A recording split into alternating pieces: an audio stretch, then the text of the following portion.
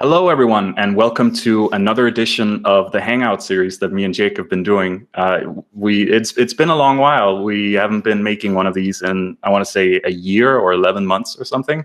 So that's interesting, but it's so great to be back talking with the very knowledgeable and very smart Jake, who knows his stuff and is very learned about socionics and all things typology. So, hi, Jake.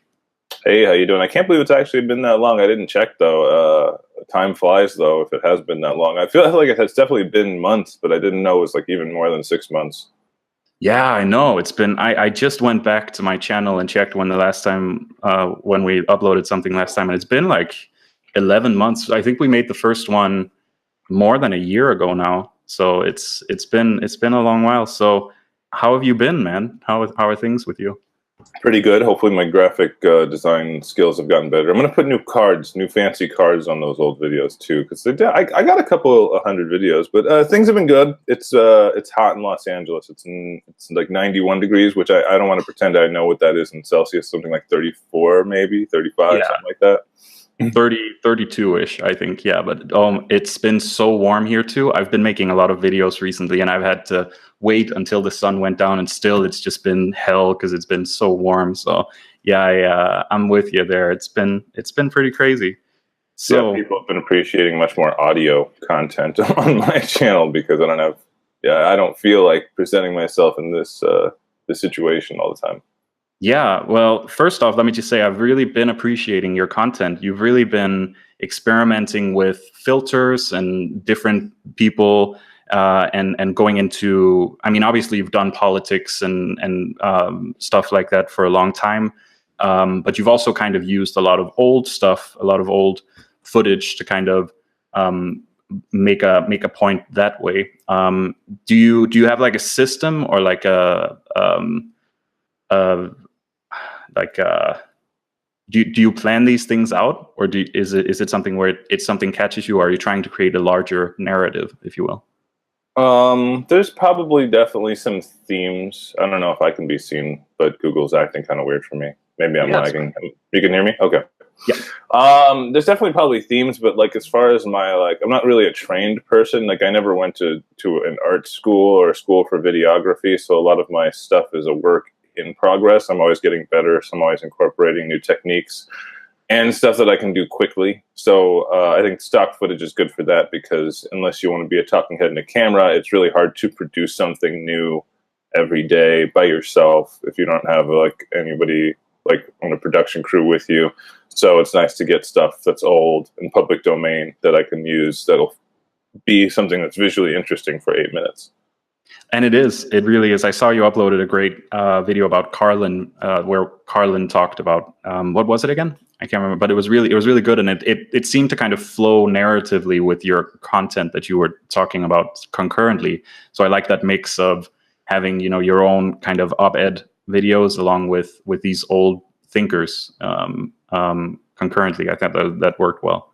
Yeah, it was George Carlin talking and the Charlie Rose show before Right. he died. Obviously, he's not here anymore. But he was talking about how his creative process was something very kind of primordial, and it wasn't something that it's something that he had to be sort of ready to receive, but he couldn't really force out of himself. And one of the things I thought was pretty admirable was that he said that he had that all of his act was completely finished on paper, whereas most comedians will try and act and tweak it over months in front of an audience. Like, when I'm screaming because I dropped my telephone in this joke, does fuck get more laughs or does shit get more laughs? Like, they literally break it down like that. But he said he would actually have, the entire bit written out. It would go out there. It was as is. He didn't test it on anybody. And, if it flew, it flew. And if it bombed, it bombed. Yeah. No, I thought he's always amazing to listen to. Carlin. He was almost like an actor in the way that he performed his stage shows. I think it was more like he was doing a dialogue. Him and Bill Hicks always struck me as people who were very narrative driven and very like storytelling in a larger sense than just joke to joke stuff. So yeah, no, it's always a pleasure watching your videos, and I think and I always have a ton of fun catching up with what you're saying on both on your YouTube channel and also on Discord and chat servers like that. Yeah. Speaking of which, I did I forgot to set the timer for this, so I have no idea how long we've been talking. Hopefully we won't bore anybody. But I did a Hangout video, which was more of a group Hangout with 3 INFJs. I don't know if you got a chance to see that. That was I put out this week, actually. I did. Yeah, I thought it was great. I really like Bree and the people that were there, and Nova is a great guy too. So yeah, that was really fun and a great concept to have a group hangout like that. I haven't seen that done, and just fun to observe these people that all were of the same type. And I think that illustrated something really cool, which is that just because you share a type doesn't mean you're the same person. A lot of people, I think, make the connection that your type determines your personality, but really it's pretty plain to see when you look at those 3 people how different they are, but share the same kind of cognitive approach to the world. So I thought that was really cool. The one thing I noticed is that it was a lot of inert conversation. It felt like I was playing croquet. Like these very specific.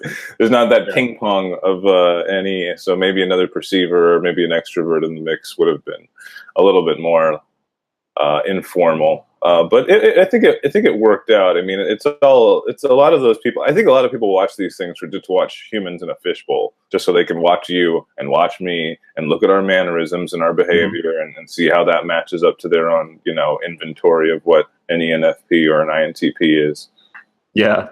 I was doing a live stream with Eric Thor a couple of weeks back, and it was fun reading along with the comments. There was a lot of, I want to say the majority of the people came across it like it was, them looking almost like at a zoo, looking at people like from this typological and like theoretical perspective, where it was like, oh, okay, so this is what an ENFP talks like, and this is how an ENFP and an INFJ talk together, and it was fun. There was one person doing ENFP bingo, where it was like if I mentioned a word, it was like, yep, ENFP check marks. So that's just fun to see how people observe the different types when they interact together. Yeah, and I haven't seen a lot of INTP INFJ combinations in conversation, so that was really fun to see how you got along. Because on paper, you guys should get along pretty well, and it looks like you really did, which is cool. Yeah, I think that there's only one comment so far. This guy was saying that he believed that Mike, Bridget's spouse, was not INFJ but rather INFP. So it's that controversial INFJ, INFP. I thought some of his answers were a bit off what you would expect stereotypically, but at the same time, I think he doesn't know typology as well, so he wasn't trying to fit his answers in, the jargon terms that the type community is ready to understand when we're talking about our type. And I think, but if you really listen to him, I mean, I don't know. I don't make it my habit to question people's types who seem to be satisfied with the meaning that they're getting from the answer that they have. Yeah, and I always think it's interesting, especially when you have someone who people question the type of, if they have some real life experience, like if they've gone through something that was really taxing on them. What you see often, I find, is people learn to appreciate the things about them that they undervalued when they were younger. Like if you're someone who is just a chaos monkey, jumping around, not having any kind of like backup plan or direct connection with the world, then once you get into real trouble, a lot of people will then go, okay, I need some safeguards, or okay, I need to stay grounded in this situation. So you'll see people who struggle with something, they really then champion the things that they weren't good at to begin with later in life, and really cling on to that and are proud of themselves for doing something they've struggled with for a long time. And I think someone like Mike comes across as someone who's I'm not really in the business of questioning other people's type either, but like he comes across as someone who is really championed, becoming a balanced individual, and like trying to overcome the things that held him back in the past, and growing as a person in a very healthy way, I think. Yeah, it's pretty common, I would say, and you'd be in a position to verify it, of pretty much all T-type women in Western society and F-type men. You're forced to be more balanced because the social expectation is not your natural orientation emotionally. Yeah, I think that's definitely a thing. I think I've done a video about this before too. Yeah, that it's really culture has an enormous effect on people, especially if you are someone who value feelings as a guy or thinking as a woman. You kind of learn these shorthand responses or ways of interacting with people that you only know on a superficial level, that kind of maybe aren't how you'd want to form a deeper connection with anyone naturally, but still a way for you to get out of a social situation quickly, or to not obviously stick out, or present yourself in a negative way, or unexpected way. Yeah, I see T-type women get into some of this so deep that they actually confuse themselves when they run into typology, and thinking that they are F-type or they must be F-type because they've been trained to think in terms of emotions and think in terms of feelings and speak and use language that is emotion and emotive language in order to be taken more seriously. That's what their brain has learned to do. Yeah, the maternal energy that's expected of women is a very real thing, and the same that men are supposed to be these masculine silent types is also definitely still a thing.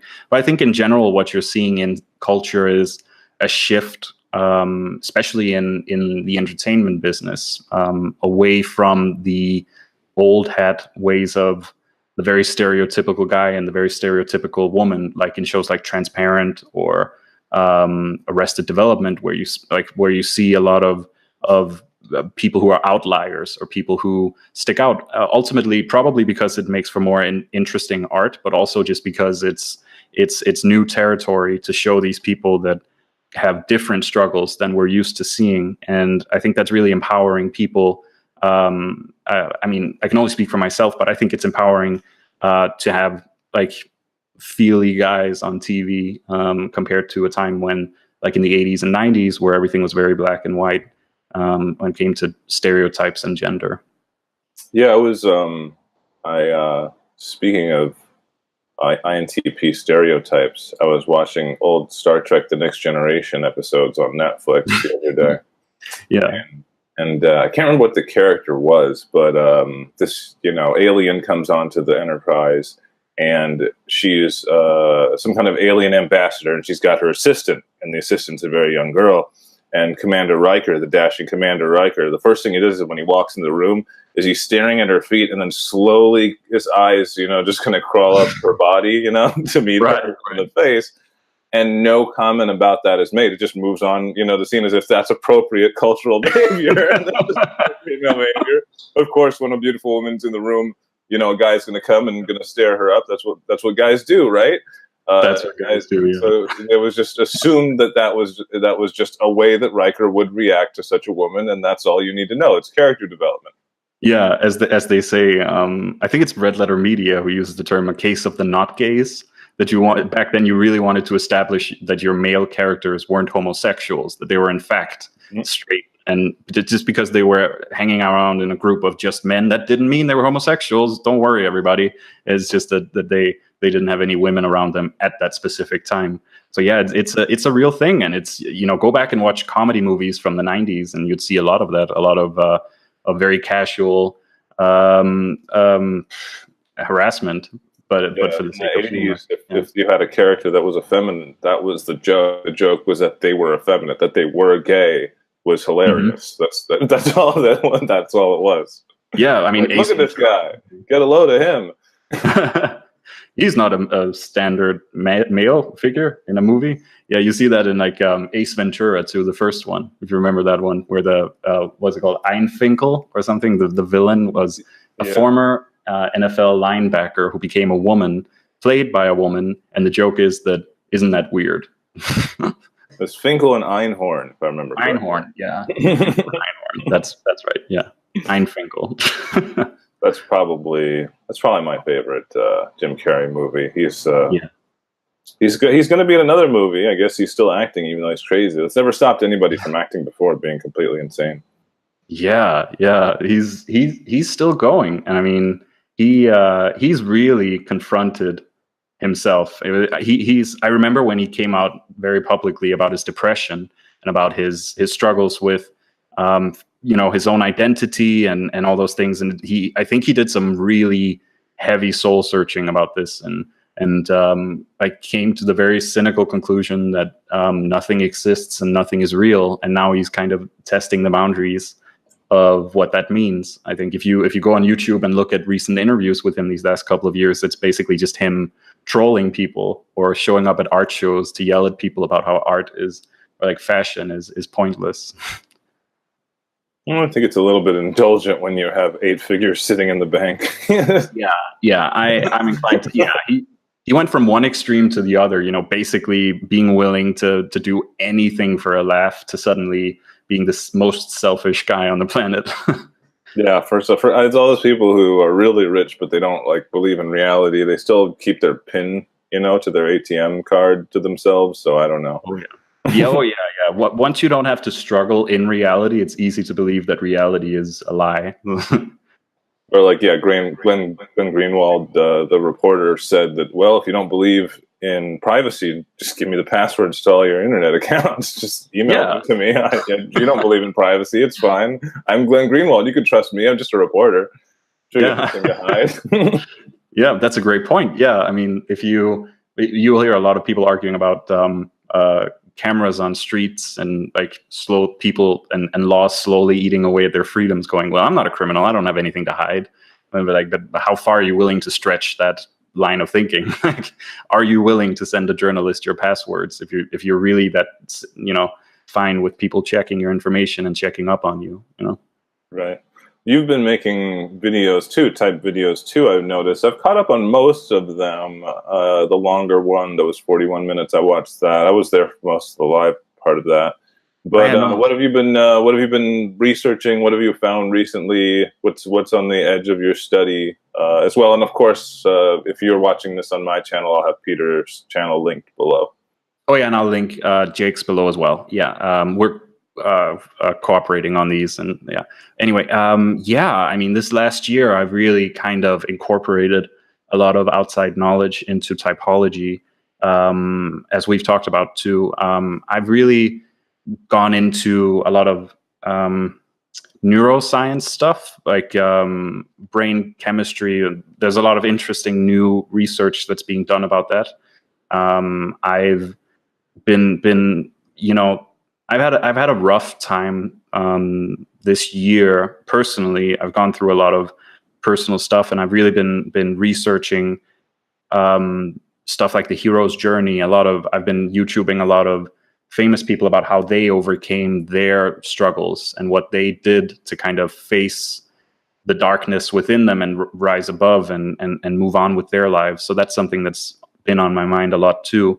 And I think I'm at a point now where I feel like, and that's something I talk about a lot in my videos, is I think typology, knowing your type, is basically pointless in and of itself. It's what you do with it or what you can use it for that really matters to me. Like knowing where you might struggle in the future, knowing your blind spots, knowing what you need help with from others, knowing who you should be collaborating with and who you should be kind of teaming up with in general to help yourself grow and avoid these terrible falls that you see people taking in their lives. And these, so many people go through existential crises because they're, not thinking enough about themselves. And then on the other hand, some people are being too selfish and not talking to other people. And I think it's really tragic that we don't have more focus on, accepting the weaknesses within ourselves and, asking for help or researching help from a very basic point of view.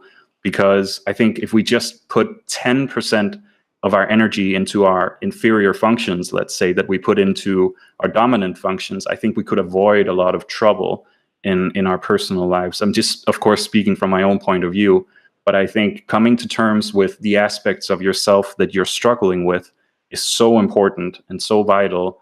And that's really where I'm at. I'm trying to come to a point where I can say, we need to grow personally to avoid future pitfalls and future problems that we are bound to run into as we move forward with our lives. Yeah, I do think that there's a lot of benefit to it, and there's a lot of power. I guess I can be a bit more Machiavellian, but I don't necessarily think that that's bad for typology, because for me it's as much about it. For me, it's very much more, for lack of a better term, or we'll call it an absolute thing, in that, assuming the validity of the structure, if this is to some degree some guiding point system for our brain, or by which our brain is organizing itself, I don't necessarily think the functions have to exist as much as they could just be the epiphenomena of structures. So the structure gets to a certain level of complexity, these capacities emerge, and we enter into functional kind of dynamics. Right. That can be as much about my natural strengths and my natural weaknesses as, and sort of playing into those, or maybe balancing out my weaknesses, as it could be going at someone else's weaknesses. Like it could be, and I never know how to get into this, but there's definitely a potential to weaponize typology. The number one typical example I make is if any of the guys in the pickup artist community ever had the patience for this stuff, it could, by an order of magnitude, increase the effectiveness of whatever it is they think they're doing now with neurolinguistic programming and cognitive behavioral therapy, and trying to, passively suggest or whatever the heck other BS they're using.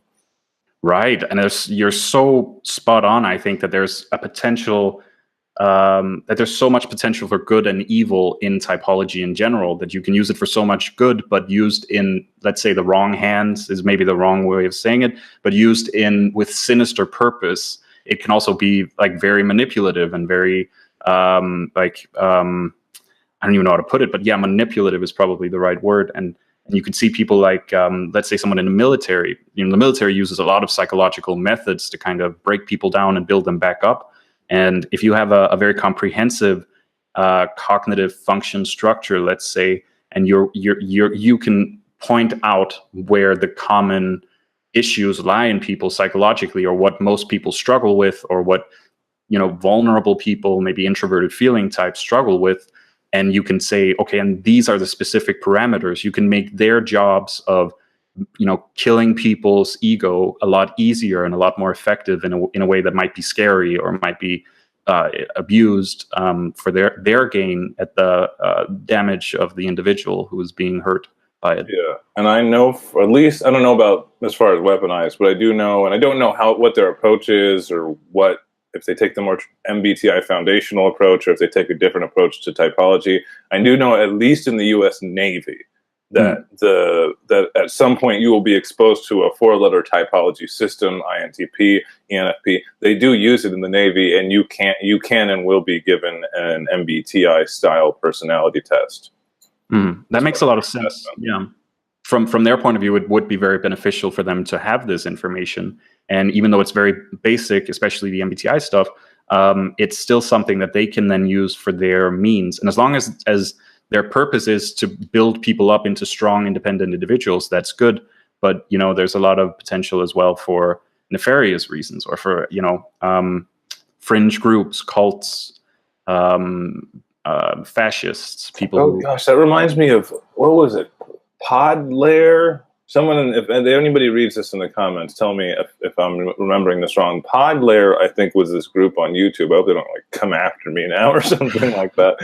We were using something that would be very strange to you if you had never heard of Carl Jung's cognitive functions, because they had renamed all of the terms for the 8 functions and renamed the 16 types, the combination of those functional names. Like I would be a TINE and you would be NEFI, something that simple. It was very easy to decode if you knew what Jungian typology was, but if you had no idea what it was, you would think they invented this or something like that. So there's that potential for cults and religious leaders to reframe or take things out of context. Not present it properly. Oh yeah, and even if you look back the impact that Jung had initially with his theories, like you can trace a lot of his theories and religions or cults like Scientology, who would use his theory about the mind, for instance, about the analytical mind. They would take that and bastardize it to make it sound like it was official, or like it was like legit facts by this incredibly smart person, and then put their own theory on it to make it, you know, more adaptable to their philosophy, but while also seeming like they were using their material for good. So whenever you have a kind of a large system that proposes an explanation for the human mind, you're bound to have people who want to do a lot of good with it, look at it, but also a lot of people who want to exploit it for their own gain and for nefarious reasons, working with it. But yeah, I think you need to. It's tough. I mean, that's always the thing about any comprehensive system in general, is weighing the positives, the pros, and the cons of the system. Anything that works, really. I mean, if anything that works can be used for bad or for good, for destruction or construction, in my opinion. Definitely, I completely agree. Yeah, I mean, you could say, you know, the atomic bomb was it was a huge mistake that we developed that, but then you go, well, we didn't have a war with the Russians because maybe, you know, that was a factor in it, that everyone was afraid of using these nuclear weapons in the 50s, 60s, 70s, and so on, that it was somehow deterring war. And I think that's a fair and pretty accurate claim if you go that way. So you can say it's a tool for incredible evil, but the fact that it's so intimidating is also why it's serving its purpose. So, I mean, there's always good and bad things about any major developments, I think. Yeah, it is. That's an interesting, and so is Scientology. Really, when you think about who put more, it's hard to know what they want to be doing or what they think they're doing, because none of it seems honest. But a lot of what you do, if you really dig deep in what they're doing, is they're really trying to delve into that idea of the reality of a collective unconscious. I mean, nobody is doing it with more fervor, in my opinion, than the Scientologists. They interpret it, or their metaphysics around it is that they're passing through different kinds of time and past lives, and that their soul, or their thetan, which is not their body, has, you know, lived, I think in some cases, trillions of years. They get some pretty astronomical figures in there. But yeah, it is an example of, you know, it's hard to say, is that a bastardization, or was Hubbard insane, or some combination of the two? Yeah, I mean, it really comes down to your interpretation. But it's a lot of and Hubbard himself said it, that he had studied all these different perspectives and all these different religions and philosophies and psychoanalysis and all these things, and came up with this all-encompassing system. And you can go, well, have people suffered in this system? Definitely. Is it a force of good? That's up to you to decide. Public opinion right now is very much against groups like Scientology, because they are very, like you said, very extreme, or you didn't use that word, but very like, they push very hard on their parishioners and people who believe in it to be really fervent in their beliefs towards other people, especially too.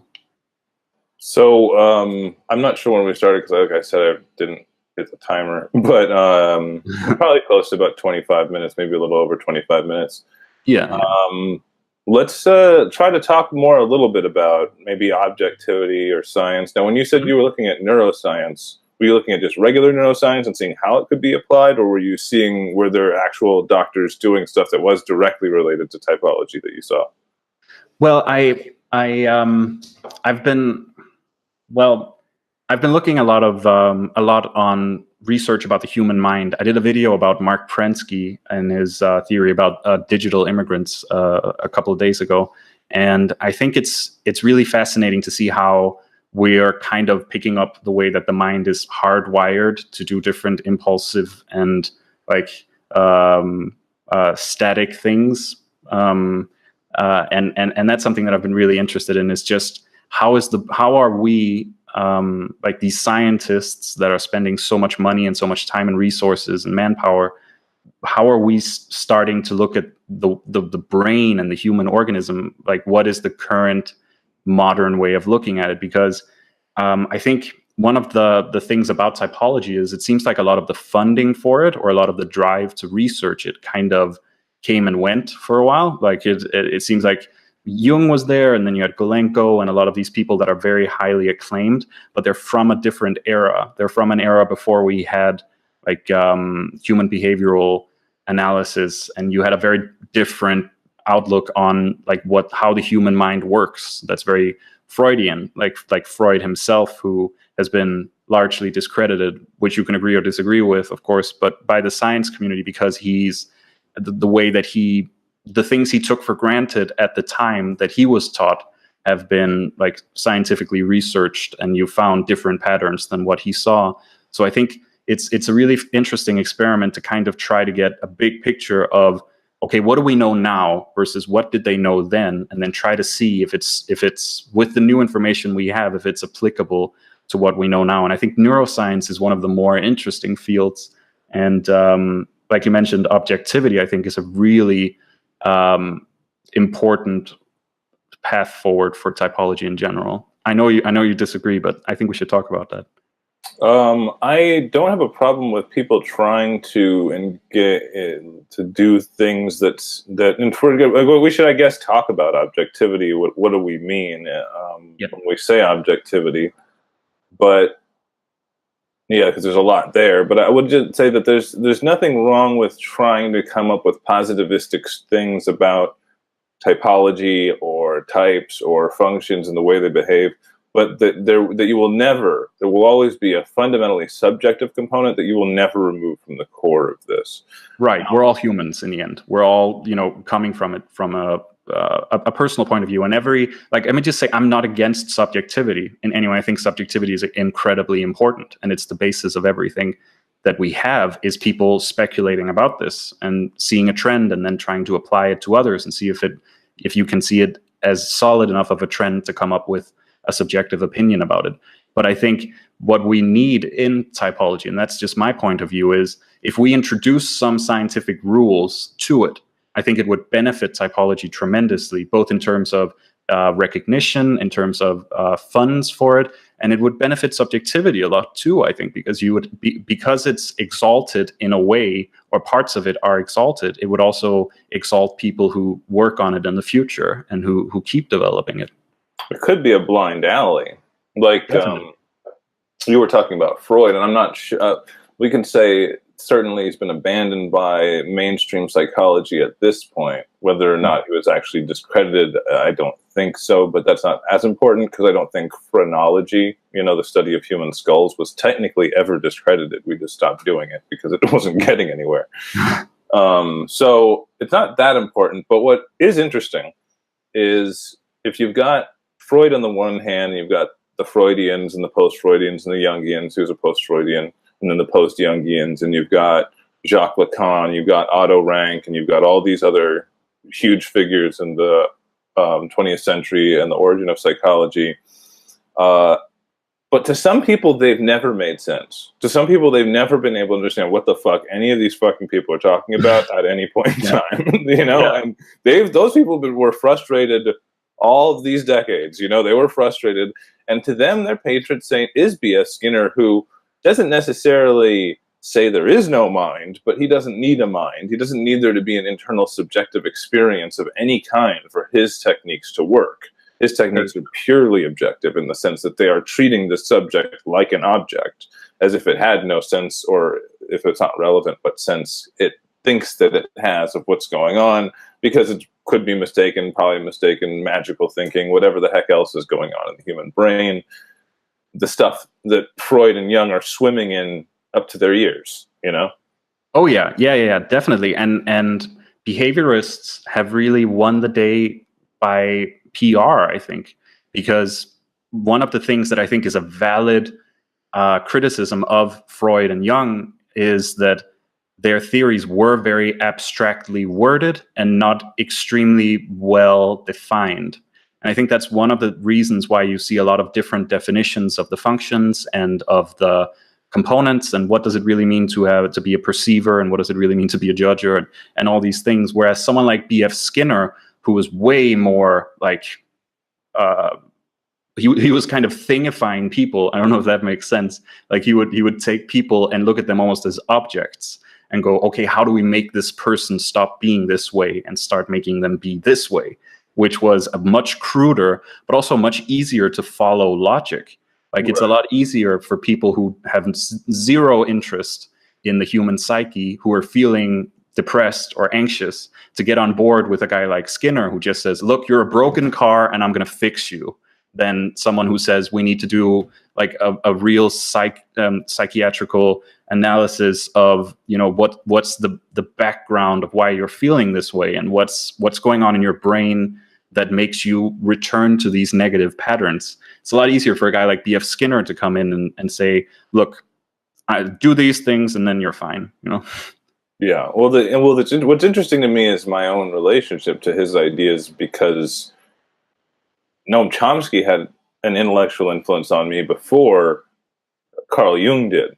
Mm-hmm. So it became a situation where if you're playing checkers, you know, Skinner jumps Freud, but then Chomsky jumps Skinner for completely different reasons, which is that there are some ways that human beings act, particularly in the acquisition of language, because Chomsky was a linguist, that's what he studied, that confound this notion that all we are sense response mechanisms or conditioned response mechanisms, or that our experience is playing that much of an influence or a role on the way we act. There is an innate component, there's an instinctive drive, there is an innate capacity that has to be stimulated or it won't develop. This is, you know, Chomsky's idea of the universal grammar. Now, here's what's interesting, though, is that Chomsky's universal grammar, in my opinion, will have to be arrived at through insight. It's hard for me to imagine that there's a space in the brain that's wired in a way analogous to some proto-linguistic form that's responsible for what all the words I'm saying to you right now. Since this is what is causing language, to me, it might be in that category of metalogical structures. There may not be a direct analog in my physiology for what is causing me to be able to generate an infinite number of sentences with, you know, adaptive meaning in a way that so far we haven't been able to produce a machine that we even think in principle could start doing what I'm doing to you now, what you're doing to me now, what we've been doing for the last half an hour with very little effort. So if it's something like that, and the functions are something like that, it doesn't bother me necessarily that there's going to be no behavior that I can correlate, no attitude or no thought even, that I could directly correlate to any particular function, because it is possible, I could imagine, as language can express so many different ideas and sentences, even thoughts that contradict one another, that functions can cover over a lot of the same ground that other functions do. Like in the way that if I'm an INTP and I don't necessarily look to solve problems in terms of extroverted sensing, there's a feeling or a sense I get that my extroverted intuition actually covers a lot of the same ground.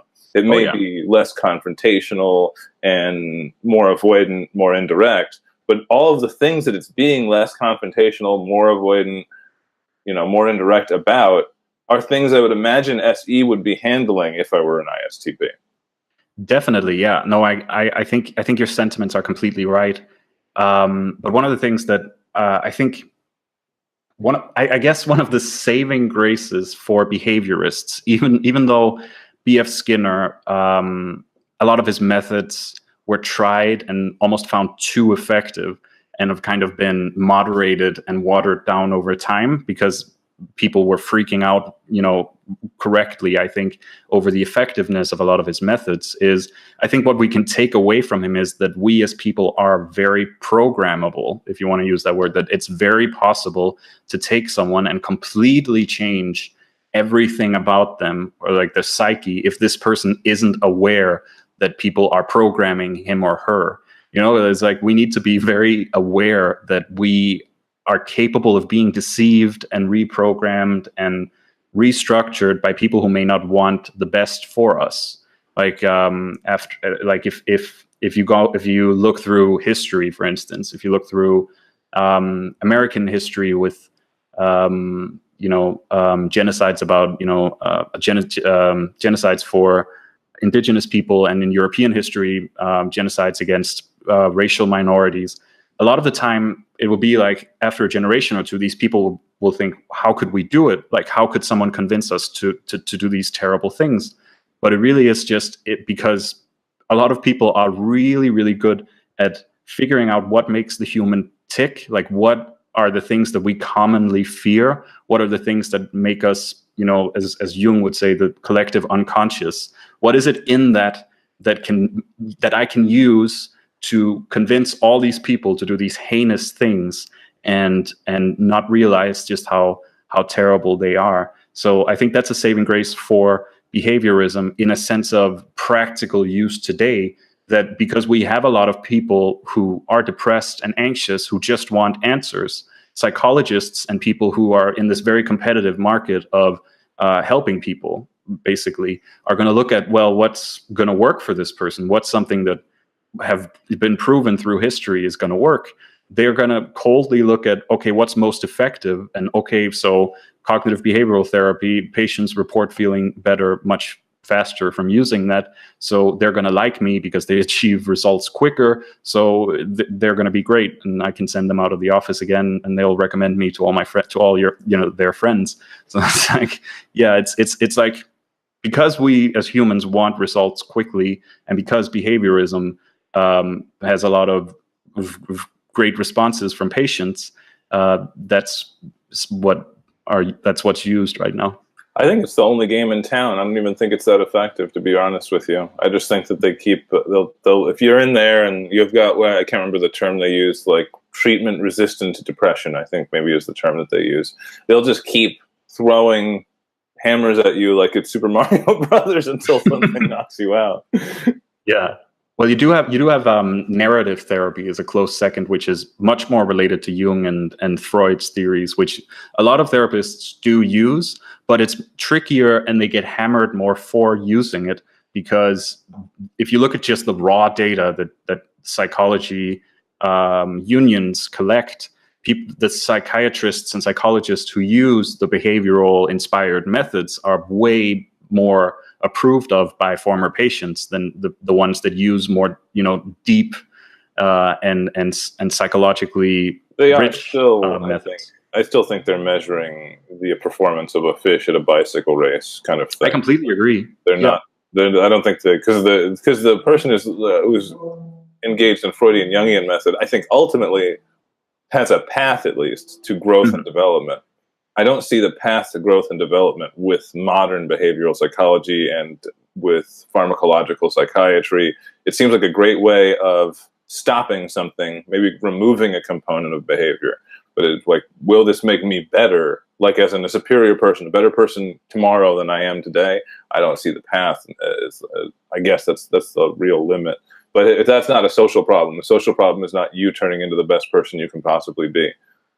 Exactly. And yeah, and all that I just said, all this rambling I just did was just to get me to the point of saying I don't approve of behaviorism. I think it's not a sustainable way of looking at the human mind, because like you said, it doesn't look at people as individuals. It looks at people almost like objects. And you can't look at, if you go into a mall, you're not going to see a bunch of people doing the exact same thing. You're going to see a bunch of different people who react differently to different stimuli. And it's the same if you look at any human, you're going to see they react differently to orders, for instance, or to advice, or to anything. So you need to accept that there is a subjectivity to the human mind that's very prevalent in how we deal with issues and how we overcome trouble. And I think that is why we need more objectivity to typology. One reason being superficially that it would be more recognized, but also so we can open people's eyes a bit more and to the insight that it is possible through these deeper analysis to pinpoint exactly what your problem is. You're not a broken car that needs a new tire so you can get back on the road. You're a person who's like everyone else struggling with something, and other people like you have struggled with this in the past. And we can, these are the methods that we can use. You're not a machine. You can heal, Exactly. Yeah, we're not machines. And thank God for that. That's what makes us so interesting to me. So do you want to close this out? I think we're probably closing in about 40 minutes. Yes, I spoke a lot. I hope you don't feel like I steamrolled you. No, it's okay. I think we were supposed to do one more of these, at least two. And do you want to have any interest in doing a group session with maybe one of the INFJs or somebody else, maybe from the chat? Absolutely. That would be a lot of fun. Yeah. Okay. Right on. Let's do that. Yeah, great, man. Okay. Yeah. So thank you so much for joining us today. I had a lot of fun, and thank you to Jake for doing this with me. If you're watching this from my channel, definitely check out the link to Jake's videos in the description. His content is great, and I really enjoy it. So thank you so much, and please, like, subscribe, comment what you think, and show it to all your friends. It was great fun for everyone. Yeah, and subscribe to Peter if you're watching on my channel. Subscribe to me if you're watching on Peter's channel. You got a big boost from that Eric Thor video. You got more subs than me now. Oh, and I was also featured in one of Dave's Superpowers videos. He gave me a shout out too, which was nice, incredible for me. Yeah, that was mind blowing. He's a very cool guy. Right on. All right, well, thanks, Peter, and I'll talk to you later. Thank you, man.